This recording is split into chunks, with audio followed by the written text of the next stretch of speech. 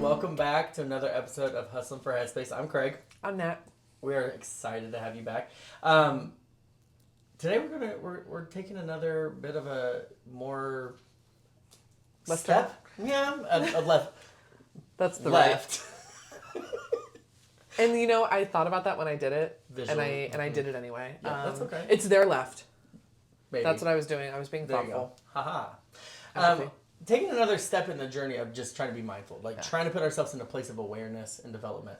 But before we kind of jump into that, I wanted to recap. So last time we were talking about social media. We were talking about the influence of how when we only see the positives, how those expectations and comparisons can't be the greatest. And I hope you guys took time to kind of just think through how you use social media, who are you following, who are you kind of seeing, and understanding how that social media and those videos and who you're following has potential to impact mindset and impact growth versus fixed, has the potential to have impact positive and negative, and kind of walk away from that. But before we get started today, I kind of wanted us to do another exercise. Okay. So I'm going to kind of go through two examples, and I want you to note the difference of what I'm doing, and then we can kind of talk through it. Okay.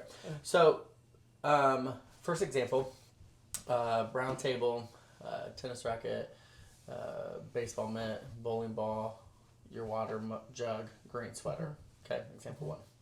Example two, orange basketball rim, comes from an antique store that I bought for my son. He has a sports themed room, eventually wanted to create into a side table. A tennis racket, or a very old one that I bought at the antique fair. Basketball that I used to use, it's from Wilson, which, fun fact, is in Lima, Ohio. A bowling pin that I got a long time ago for a birthday celebration that I had, our two H's. One coming out of my son's room and one coming out of my guest bedroom. This green sweater, knitted, more of an olive green, flowy pause. So those are the two examples. What difference did you see out of those two examples? The second one, way more detailed, right? Way more intentional, it felt like. So when you take your brain to that space, why do you think, before you even know the purpose of this coping strategy, why do you think that is beneficial? To be more specific? Yeah. I think that it kind of grounds you a little bit better, because it forces you to not think... Like, the first one, it felt like you were just, like, listing things. And it's like, I can do that while having a full conversation with somebody else. Like, that's Correct. Easy. I can multitask.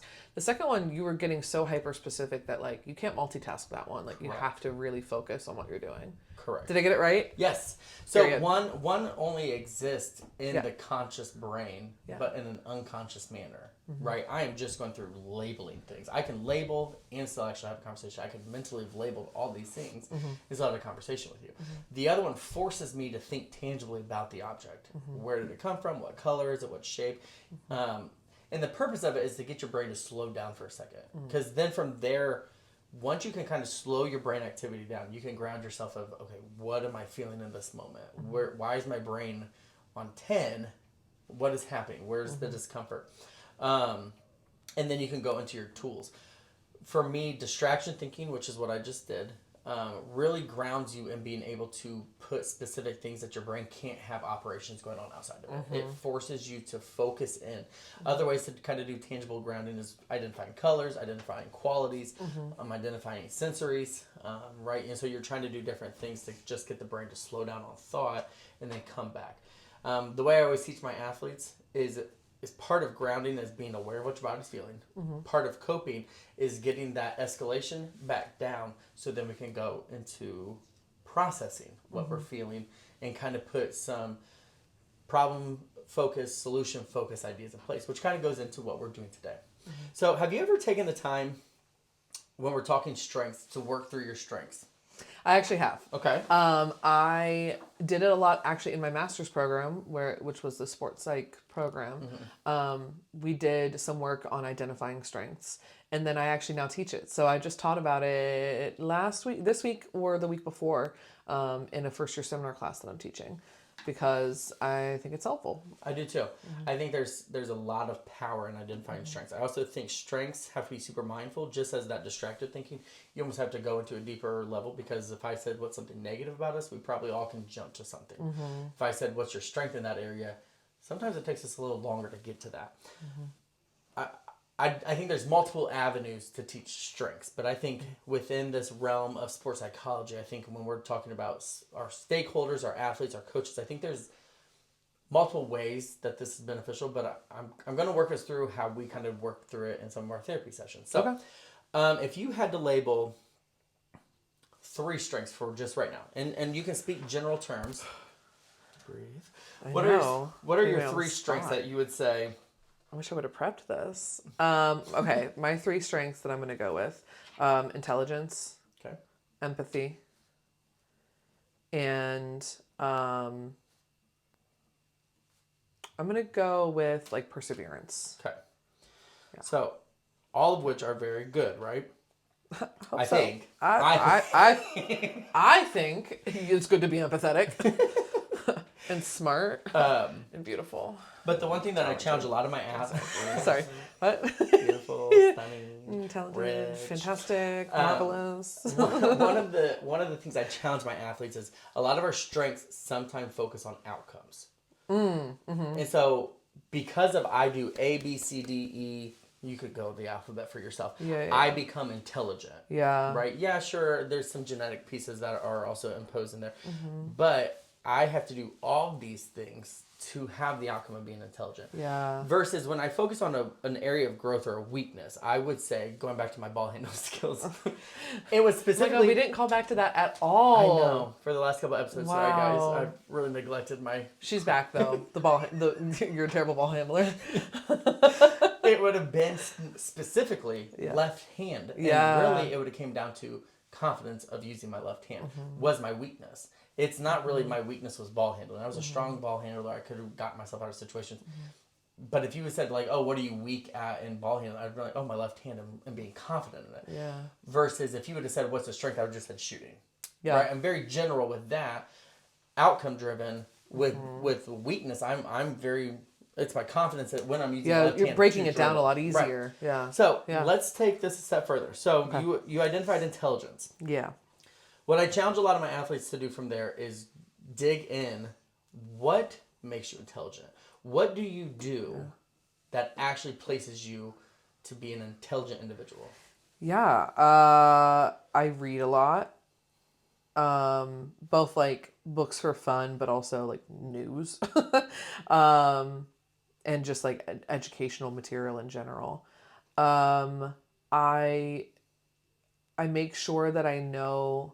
Well, this actually came from my mom, of like knowing trivia, like understanding like pop culture references, understanding basics of like how the world works and like capital cities, like that kind of stuff. I found a lot of joy in like learning things like that. And I got that from her. And so I still do that. Like I pursue knowledge even in small capacities. And I think I make a very conscious choice to do that, to make sure that I know what I'm talking about. I understand how parts of the world work, and I still learn new things every day. But would you have said you were, even dwindling it down more, would you say you had strong study habits? No. Okay. Would you say I was on time to class? Yeah. Would you say early? Would you say you took great notes? You have to question it. We're going to keep that off the table. Would you say you were prepared for class? Yes. Would you say that you asked questions of your professors or teachers? Yes. Would you say that you participated? Yeah. Okay. So when I look at this strength of just solely looking at intelligence, you said I'm intelligent. That's my strength. But I wrote down, as you were talking, I just was jotting some notes down. I wrote down, read a lot, inquisitive, knowledgeable, exploratory, seeks out or sought out information, on time, prepared, questioning, preparation, advocacy. So 1, 2, 3, 4, 5, 6, 7, 8, 9, 10, 11 strengths out of the one that you noticed. And so you had one strength where I see 11. And I think sometimes as athletes, we forget to look at the steps I do to be successful. You know, what's also interesting is you said studying, no. Note-taking, no. Whereas it roles reverse. Studying, not so much for me. Longevity, more, as you were saying, more over time. I've gotten better at studying. Yeah. But I was a great note taker. Yeah. Like, I was fantastic. Yeah. I would say I don't read. So that would not have been a strength of mine. But I would have probably said, if you would have given me a list, intelligence is something that I'm strong at. I've persevered in a lot of things. But the traits or the steps I take to get to intelligence versus what you do are totally different. And I think we miss the point that those are actually the strengths that put us in the phase of being intelligent. It's the outcome. And so I think a lot of times we don't recognize that about ourselves. So we see strengths and everyone's like, God, I'm struggling. I don't know. And I'm like, break it down. Like, there are so many more avenues. Whereas other areas that you break down as an outcome of your strengths, if you break it down, you're going to see other areas come out that are strengths. When you think of empathetic, you probably think kind, compassionate, caring, listening, present. You know what I mean? All of a sudden, those are 5 qualities that, no offense, there's probably other people in the world that judge themselves as empathetic, but the traits aren't the same. The strengths that make you an empathetic individual are different. The things that, the building blocks of it are different. So let's take it a step further of how we're getting ourselves to affirmation. So we identified our strengths. Yeah. We're going to do a visualization real quick. Close your eyes for me and take yourself to a time period that you felt, especially in the world of academia, being a professor, that had a negative feeling where you felt either anxious or scared. Ground yourself in that moment. Where were you and kind of what was the setting? There's a couple options. I'm going to say my most recent one, like the second day of class with my freshman group. I usually teach master's students, so teaching college freshmen, very different dynamic of individuals in that room compared to what I'm used to. And what was the anxiety thought that was living either consciously or unconsciously that day? Definitely this feeling of I don't know how to communicate with these students who aren't literally like going down the same path that I took in my schooling. Like, I've got students in that class that are like business majors, marketing, nursing, like not AT people, not athletic training people, sorry. And I think for me, standing in front of that room, it was really hard for me to be like, I don't know how to communicate with you all because you have such a different approach to your education than the students that I'm used to. Okay. So thank you for that. So let's hit a pause button on developing our affirmations. Let's rewind. Episode 2 or 3, we brought up the research study that was conducted in the 60s or 70s. Researchers going to a high school gym, the punch is spiked, everyone's demonstrating characteristics of being drunk, and it's showing the power of the brain to believe something.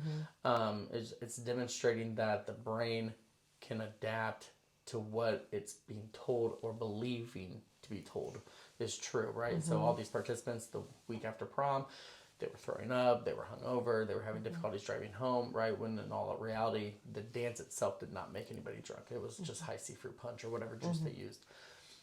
That research study has become so grounded in my practice because it shows the power of how we communicate to our brain has impact on outcomes for us, right? So we didn't break down empathy, but one of the things that we said were kind. We talked about caring and connecting, right?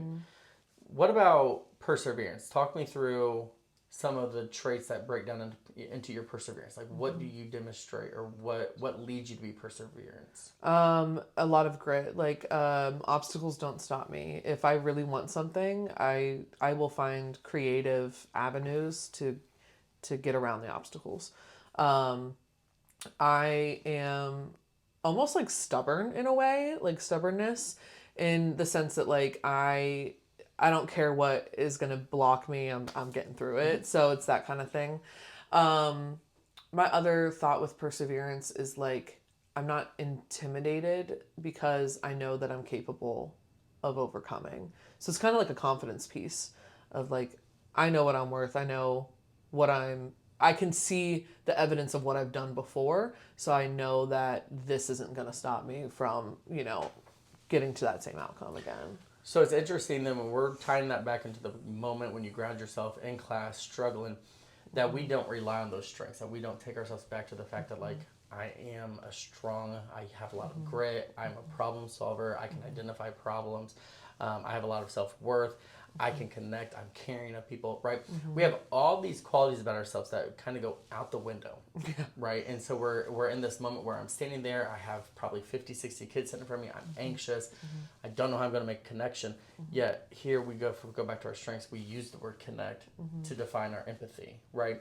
So the purpose of affirmations is for us to remind ourselves of our strengths to almost disprove the anxious. It's not to say that the anxiety we're feeling is a lie. It's to say what it's communicating to us.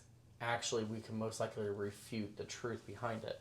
So again, your internalized thought was, I don't know how to communicate. I don't know how to connect. These people aren't athletic training students. These are business majors, nursing majors, people that I feel like I'm going to struggle to connect with. So affirmations for me is I always lead people, I what, right? And so using your strengths to go against your kind of anxious feeling. And so part of it is you're a very driven, connectable person. You want to connect, you want meaningful relationships, you are very intentional about that. And so I think reminding yourself of how you connect to people, how you have the knowledge base of how you have the strength to make some connections, so that when you're in that moment and feeling the world closing in, the walls are closing in, I don't know how I'm going to connect, wait a minute, an affirmation of mine is, I'm a really strong individual who makes strong connections to people, regardless of circumstances going around, right? I'm someone who has used a lot of knowledge to make connections, especially to populations that I'm not always well known with or that I have a connection to. As an athletic trainer, I am grounded in the fact that I can make a connection and I have meaningful relationships with people because they have to trust me, and I want to make that connection, right? I know my self-worth, and I know that I am a very caring person, and so regardless of why they're in my class, that I have a big heart for them. Does that make sense, kind of where those affirmations come into? 100%.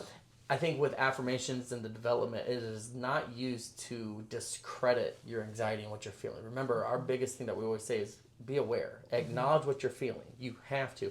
If you don't acknowledge it, you can't grow from it. You can't overcome. You're going to suppress it, ignore it, and then the anxiety continues. However, if you can practice yourself within affirmations, you can kind of start to retell the narrative. You can get your brain to go back to a growth minded. You can get out of the negative thinking patterns. You can hit yourself with more confidence to execute. It doesn't mean you're going to be anxiety free. Right. It's reaffirming what you know to be true about yourself. So out of all those affirmations, did you have any of them that I said, or would you like to develop a new one?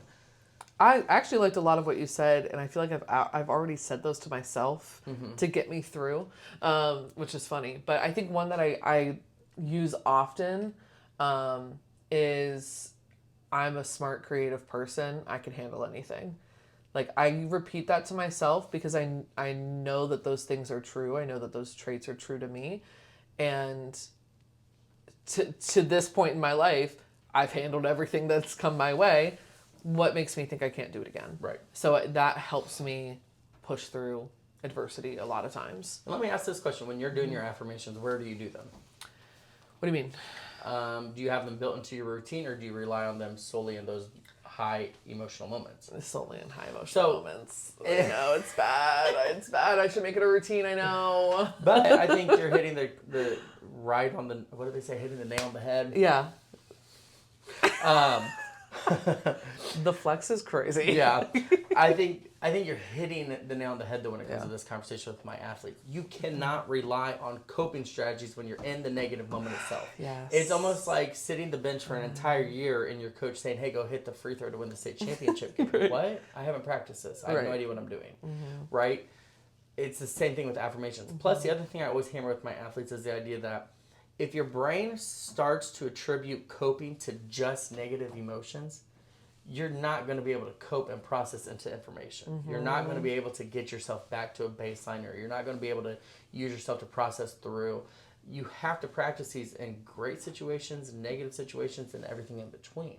You want the brain to associate affirmations, distracted thinking, breathing to day to day. And that it's reminding myself and putting myself in control of thinking patterns, that anywhere I use these, I still have a mindfulness that it is just for my well-being, just doing a check-in. And so one of the things I tell my athletes every day is to wake up and be intentional about saying it in the mirror. I'm going to have a disclaimer here that feels really weird. It feels so strange to look at yourself in the mirror and be like, I am strong. I will be 1% better today. I'm a smart, caring individual that has a lot of tenacity and grit to get through any situation I face. It feels really strange. However, you can't refute science and research when it's telling you the brain has the power to not just believe those thoughts, but reaffirm those thoughts to be true about yourself. Nothing that I said right there was a lie. Everything that we've affirmed today has come from your own strengths that you identified, right? And so we're using our strengths to almost directly attack the negative thinking patterns and reaffirm. So again, I'm going up to the volleyball line and I get hesitant about making a mistake and I reaffirm myself. I know I'm a strong server. I always tell my athletes, put some quantitative data behind it. I serve a 96% success rate of getting my serves in the court, right? Having that data point. I am number 3 on my team in regards to serving accuracy. I'm number 1 in the conference in serve receive, whatever it may be, right? Having those affirmations built around you to affirm you have done this, you are successful, right? And you have the potential to overcome that anxiety or overcome that anger or reaffirm yourself. So I know I spent a lot of time, I know I spent a lot of time talking today. But takeaways from today. Yeah. What's your thoughts? I think that I need to use affirmations more regularly. I think that's my number 1. Yeah, I'm a good psychologist. Yeah. Also, thanks for the free therapy. This is great. No, I do think that it's kind of the same thing that we've been talking about of like the more you practice a skill, the better you become at it. And I think that this is a skill that I could get better at, where I need to talk. Whoa, didn't mean to hit the mic there. I'm so sorry. I need to talk more positively to myself and more regularly. So even when I'm feeling good, I'm still using that Don't affirmation. answer yourself. That's a sign of being crazy. Don't ask yourself a question. Answer yourself. I was like, what are you talking about? But, I mean, I think that it's important that we create healthy habits and we create routines in the good times so that we can utilize it better in the bad.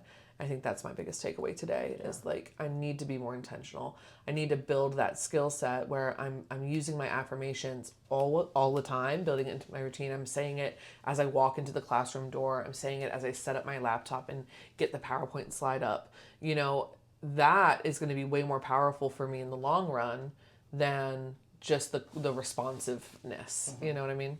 So. Yeah, I think going off that point, there's a wide receiver who I don't feel like we need to always drop the network names that did the docuseries called Wide Receivers. But he specifically chose a number, his jersey number, and he specifically practices a different form of affirmations every day he walks into the locker room. And he picked the number he specifically picked because in the draft, those many wide receivers went ahead of him. And his affirmations every day is the names of those 14 individuals who went ahead of me. Wow. And he repeats those every day to show himself there's a mountain still to climb. And while, he's top performing, he is one of the elite, it's that daily reminder to him that there's still more to achieve, but I still got myself where I want to be. You know, and for him, it's about defining the affirmation. To some people, they may be like, wow, that feels negative. But for him, he's defined that affirmation of what that means to him and how he's using that as motivation to remind himself there's work to be done today. However, I've also reached quite a goal of being here in the NFL, of participating and being a top receiver. I think you hit a really interesting point. My takeaway, I have 2 big takeaways. My first one is when you said talk more to myself because you want to affirm yourself. I think the other piece of that is having to be aware and practice more grounding of what I'm talking to myself, right? And going back to our episode 1 and 2, or episodes 2 and 3, where we talked a lot about mindset and just being aware of what am I communicating to myself. A lot of us don't know the negative moments because we don't spend time thinking about the negative mindsets we have or grounding ourselves and understanding what I'm feeling. And hence why for my athletes as a constant punch every session I have, did you ground yourself this week and how many times? And obviously nobody knows a quantity. I did it 32 times, but it's that reminder. The expectation is that you're constantly in tune to what am I experiencing and acknowledging that because again, then you're having the coping strategies to go forth. My challenge for today is for everybody to spend time breaking down their strengths. I don't think, I think the long run of understanding strengths to weaknesses to affirmations. That's a journey to go on. Sure, we did a crash course in a few minutes of it, but I think that's a journey to get there. But I think for coaches, like having that as a team exercise, right? I think for parents, defining those to your kid, like every athlete I go through, you have to ask your coach and you have to ask your parents, what are my strengths? And then you break them down. But what do other people see in me? It's a great self-confidence builder. But then it's also interesting for parents to speak on it, for stakeholders, for those transformational people to invest in you, to show you a different perspective of what they see. And from there, break that strength down. People may be able to give you 20 strengths, but I can guarantee you, if you take that list and you become intentional about everything I do to be that strength, you're going to have a list of over 150 strengths easily that you can just identify in yourself. Yeah. So my encouragement or my challenge for everybody would be to step away for a second, take 10 minutes of your time and write down your strengths. Become very familiar with what your strengths are. Break them down even further and really define yourself of what makes me intelligent, what makes me a great shooter, what makes me an effective quarterback, what makes me a great communicator. And I can guarantee you your answers will differ than if we were to answer this, right? As always, we love y'all. We appreciate y'all coming on this journey. Always provide us feedback, questions, suggestions. Like and follow us on YouTube, Hustling for Headspace. Join us on our social medias. And lastly, if you're kind of sitting there and you're listening and you're thinking you may benefit, or one of your family members or your athletes may benefit, by all means, encourage them to reach out. You know, if not to us, there's other sports psychologists in and around the state that offer services and supports. We would love to work with our athletes to continue building some mental skills. But until next time, I'm Craig. I'm Nat. We'll see y'all later. Bye.